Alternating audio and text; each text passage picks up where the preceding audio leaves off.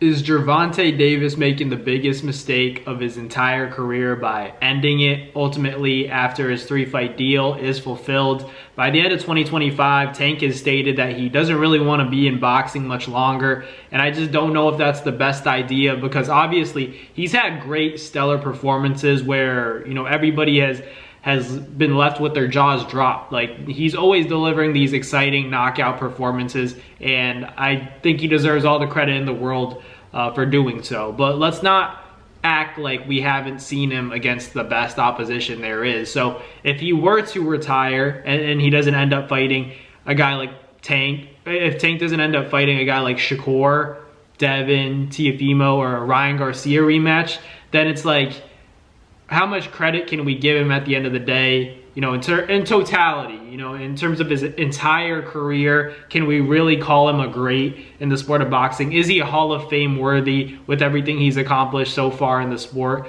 If it ended today, I'm not sure if he's Hall of Fame, because you guys got to think about it. Retiring at 30, and yes, he was undefeated. He's had a bunch of knockouts, but right now, if his career ended, I'm not entirely sure if he's Hall of Fame already. You know, he's had Hall of Fame type performances, but I think that has to be maintained over a certain duration, you know, not just up until you're 30 and then you retire. I don't know if he would make it on the Hall of Fame, to be honest. And that's me as a huge Tank supporter. I think he would have to continue to fight the best, eventually move up to 140, but, you know, more importantly, fight Shakur Stevenson. That's a career-defining fight, in my opinion, determining whether or not he even gets into the Hall of Fame. And this isn't, you know, me saying that Tank's not a Hall of Famer in general. I just think there's so much more that he still needs to accomplish in the sport, so much more gas that he has in the tank, that it would be almost a waste for him to retire after next year, in my opinion. That's just my opinion. But let me know in the comments, do you guys think that Tank is a Hall of Famer already? Let's say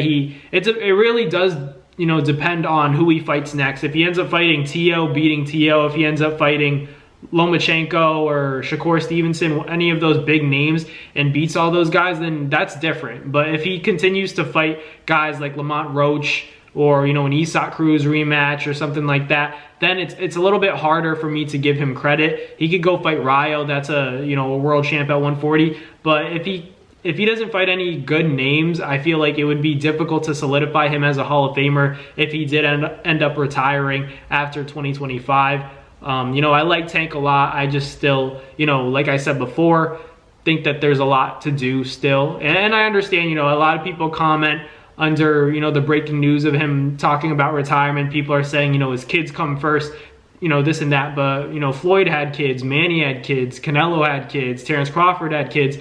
It kind of comes with the territory. That's my opinion. Don't get me wrong. You know, I'm not the one getting in the ring and getting hit in the face, so it's easy for me to say, right? But ultimately, these are sacrifices all the great fighters have made. And, you know, Tank has talked about how he just wants to get his money and get out, which I understand. But I'm just saying that to consider yourself as one of the greats, or to solidify that, you have to make big fights happen. You can't just retire undefeated, because people are going to think about who you beat.